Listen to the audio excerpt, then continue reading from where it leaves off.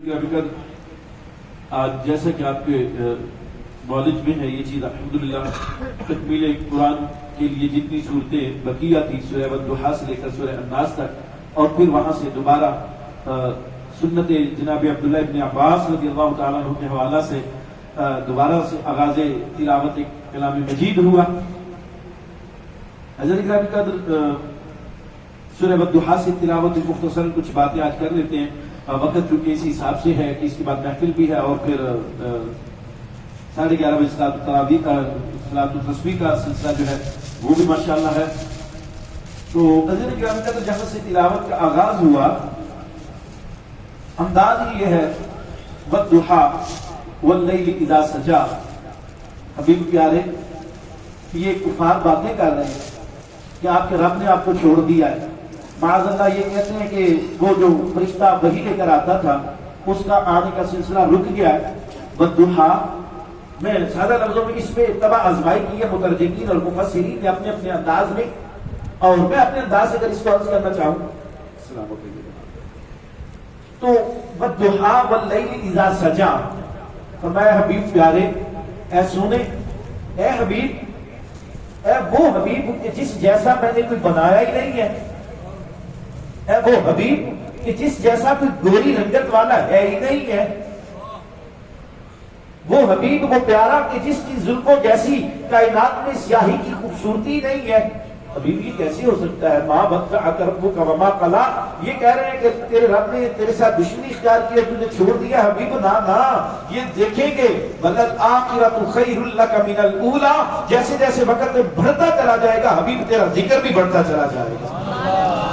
حبیب یہ بات نہیں کر رہے ہیں کہ تیرا میرا تعلق ٹوٹ گیا، حبیب ایسا تو نہیں ہے، ان کو احساس ہی نہیں اس چیز کا کہ حبیب میں تو یہ کہہ رہا ہوں، یہ کہہ رہے ہیں کہ تعلق ٹوٹ گیا۔ تعلق ٹوٹنے کی بات نہیں ہے۔ وَلَسَوْفَ يُعْطِيكَ رَبُّكَ فَتَرْضَىٰ، حبیب پیارے آپ کا رب تو آپ کو اتنا عطا کرے گا، اتنا عطا کرے گا کہ آپ راضی ہو جائیں گے۔ حضرت امام جعفر صادق علیہ السلام اس آیت کی تفسیر لکھتے ہوئے آپ فرماتے ہیں کہ اس سے مراد یہ ہے کہ اللہ تعالیٰ کے حبیب کب راضی ہوں گے؟ آپ فرماتے ہیں کہ میرے مطابق حضرت امام جعفر صادق علیہ السلام آپ فرماتے ہیں کہ میرے نزدیک اس آیت کی تفسیر یہ ہے کہ حضور اللہ کے نبی جو ہے اس وقت اللہ سے راضی ہو جائیں گے جب آپ کا آخری امتی بھی جنت کے اندر چلا جائے گا۔ حضرت گرامی کا وہ حبیب پیارے صلی اللہ علیہ وسلم ان کے انداز و محبت میں سورہ مبارکہ کو اللہ رب العالمین نے اتارا، نازل کیا، اور پھر اس کے بعد سورہ الم نشرح ایک ایک لفظ ایک ایک حرف جو ہے وہ وقت مانگتا ہے کہ اس پہ گفتگو کی جائے، لیکن میں کہتا ہوں اس میں اتنی بڑی جان ہے ایک ہی آیت جس کا پوری آسمانی کتابوں میں کسی بھی نبی کے لیے وہ مقام نہیں ہے، وہ مرتبہ نہیں ہے، مخلوق کے کسی فرد کے لیے وہ حیثیت بیان نہیں کی، وہ فضیلت بیان نہیں کی۔ کہا حبیب وَرَفَعْنَا لَكَ ذِكْرَكَ، حبیب ہم آپ کے ذکر کو ایسے بنا دیں گے جہاں جہاں تیرے رب کو یاد کیا جائے گا حبیب تجھے بھی وہاں پر یاد کیا جائے گا۔ عبادت کا بھی سلسلہ دیکھیے تو صحیح، اذان سے لے کر نماز تک اور نماز سے لے کر عبادت واجبہ تک، عبادت واجبہ سے لے کر عبادت نافلہ تک، عبادت نافلہ سے لے کر عبادات مستحبہ تک، اور عبادات مستحبہ سے لے کر عبادات سنت تک، کوئی عبادت ایسی نہیں ہے جہاں پر اللہ کے ساتھ حبیب کا ذکر نہ ہو رہا ہو۔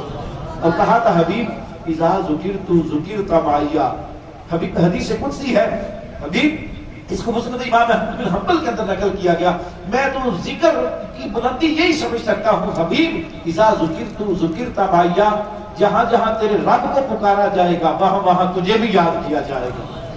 سبحانک اللہم سے نمازی نماز شروع کرتا ہے، ہم تک آتا ہے یہ ساری منزلیں طے کرتے ہوئے، پھر آ کر کیا کہتا ہے اللہم صلی علی محمد وعلی آل محمد۔ حضرت علی کا پھر اس کے بعد سورہ 3 ہے، سورہ اقرا بسم ربک الذی خلق جو ہے، میں بہت زیادہ تفسیر میں نہیں جا رہا، باتیں مکمل کر رہا ہوں، ایک بات عرض کرتا ہوں۔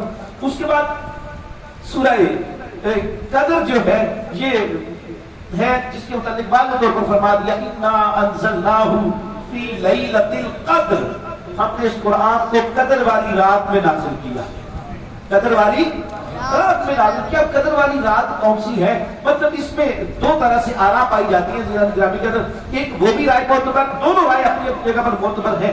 پہلی رائے اس حدیث کے پس منظر میں جس حدیث میں سرکار نے فرمایا کہ لیلۃ القدر رمضان کی آخری عشرے کی تاک راتوں میں اس کو تلاش کرو، یہ بھی رائے معتبر ہے. لیکن دوسری جو رائے ہے وہ بھی معتبر ہے، اور جمہور کے نزدیک، اکثریت صحابہ اور اکثریت تابعین کے نزدیک، اکثریت صالحین کے نزدیک، یہ جو آج کی رات ہے جس کو کہتے ہیں 27ویں شب، اس کو جو ہے وہ لیلۃ القدر کہا جاتا ہے. کسی نے بڑے اپنے انداز سے تباہ آزمائی کی تھی اس پہ عدد کے اعتبار سے ایک دلیل دینے کے لیے کہ یہ آج کی رات جو ہے یہ کیسے جو ہے یہ لیلۃ القدر ہے.